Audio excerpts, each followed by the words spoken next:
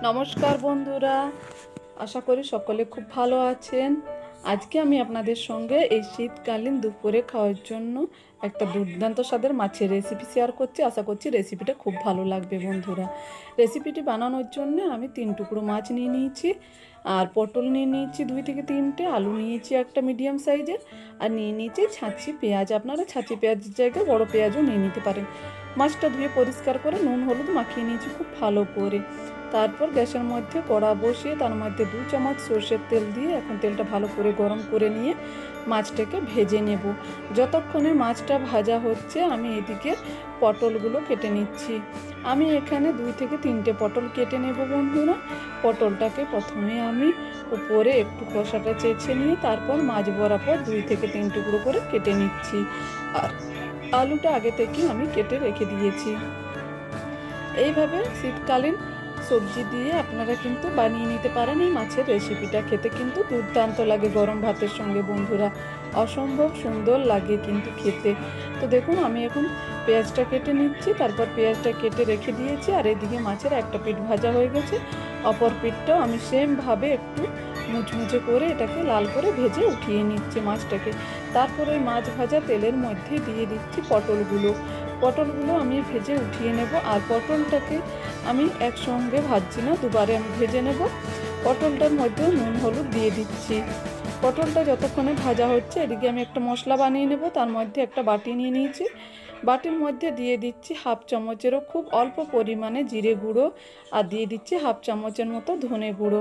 তারপর দিয়ে দেবো 1/2 চামচ হলুদ গুঁড়ো, আর তারপর অল্প জল দিয়ে মশলাটাকে আমি একটু ভালো করে মিশিয়ে নিচ্ছি, জল দিয়ে যাতে মশলাটা সুন্দরভাবে ভিজে যায়। আর এদিকে আমার পটলগুলোও দেখো একটা পিঠ খুব ভালো করে ভাজা হয়ে গেছে। তো পটলগুলোকে এইভাবে আমি 2টো ব্যাচে ভেজে উঠিয়ে নেব। পটলগুলো ভাজতে খুব বেশি সময় লাগবে না বন্ধুরা, এইভাবে লো টু মিডিয়াম আঁচে কিছুক্ষণ ভাজলেই পটলটা ভাজা হয়ে যাবে। তারপর ওই পটল ভাজা তেলের মধ্যে আবারও 1 চামচ মতো তেল দিয়ে দিয়েছি। তেলটা ভালো করে গরম হয়ে যাওয়ার পর 5 ফোড়ন আর শুকনো লঙ্কা ফোড়ন দিয়ে দিয়েছি। তারপর দিয়ে দিচ্ছি এর মধ্যে আগে থেকে বেটে রাখা আদা আর রসুনের পেস্ট 2 চামচের মতো দিয়ে দিয়েছি। এবং ওটা একটু নাড়াচাড়া করে কষিয়ে নেওয়ার পর দিয়ে দিচ্ছি একটা ছোট সাইজের টমেটোটা দেওয়ার পর দিয়ে দিচ্ছি আমি এখানে কয়েক টুকরো ছাঁচি পেঁয়াজ। আপনারা চাইলে বড় পেঁয়াজও দিয়ে দিতে পারেন। তারপর দিয়ে দিচ্ছি স্বাদ মতো একটু লবণটা দিয়ে নাড়াচাড়া করে নিচ্ছি যাতে টমেটো আর পেঁয়াজটা খুব সুন্দরভাবে নরম হয়ে যায়। তো কিছুক্ষণ পরে কিন্তু এইভাবে 1 থেকে 2 মিনিট রাখার পরে কিন্তু টমেটোটা নরম হয়ে গেছে। আবারও একটু নাড়াচাড়া করে মিশিয়ে নিয়ে যে মশলাটা বাটির মধ্যে ভিজিয়ে রেখেছিলাম সেটা দিয়ে দিচ্ছি। আমি এখানে লাল গুঁড়ো লঙ্কা ব্যবহার করিনি, তোমরা চাইলে কিন্তু অবশ্যই গুঁড়ো লঙ্কা ব্যবহার করতে পারো।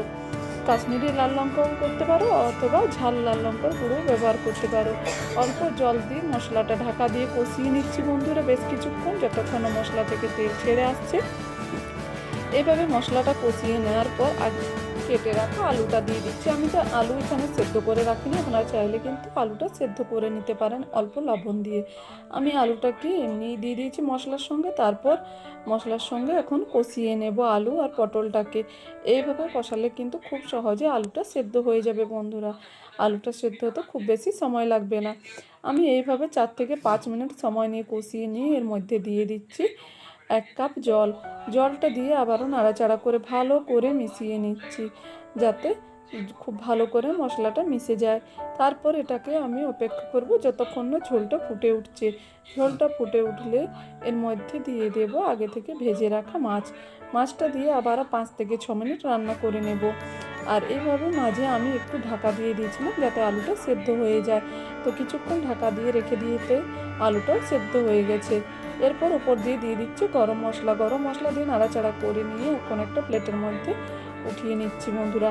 গরম গরম ভাতের সঙ্গে কিন্তু শীতকালীন সবজি দিয়ে বা শীতকালে দুপুরে এইভাবে বানিয়ে খেয়ে দেখতে পারেন। খেতে কিন্তু দুর্দান্ত লাগে বন্ধুরা।